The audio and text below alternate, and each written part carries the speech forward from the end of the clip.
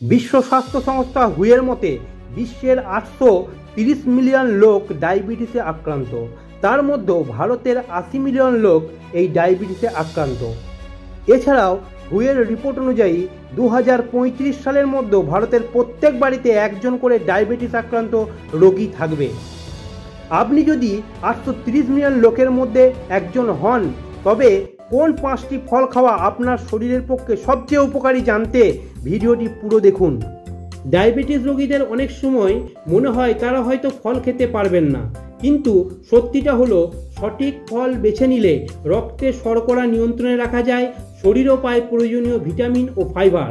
আজকের ভিডিওতে জেনে নিন ডায়াবেটিস রোগীদের জন্য সেরা 5টি ফল। আপেল। একটি আপেল প্রতিদিন খেলে ডাক্তারকে দূরে রাখা যায়, একথা আমরা সবাই জানি। আপেলে রয়েছে প্রচুর ফাইবার, ভিটামিন সি এবং অ্যান্টিঅক্সিডেন্ট।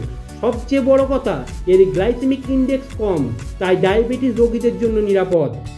বেরিজ। বেরি জাতীয় ফল যেমন ব্লুবেরি, স্ট্রবেরি বা ব্ল্যাকবেরি সবই ডায়াবেটিস রোগীদের জন্য দারুণ উপকারী। এগুলোতে রয়েছে ফাইবার, ভিটামিন আর অ্যান্টিঅক্সিডেন্ট, যা রক্তে শর্করা নিয়ন্ত্রণে সাহায্য করে। অরেঞ্জ। কমলা লেবুতে রয়েছে ভিটামিন সি এবং ফাইবার।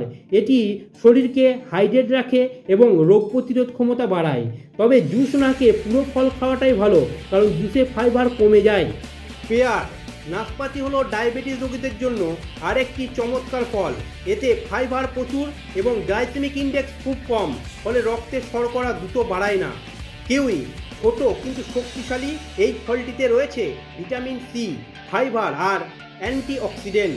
রক্তের শর্করা নিয়ন্ত্রণের পাশাপাশি এটি হজমে সাহায্য করে। তো বন্ধুরা, এগুলো হলো ডায়াবেটিস রোগীদের জন্য সেরা 5টি ফল।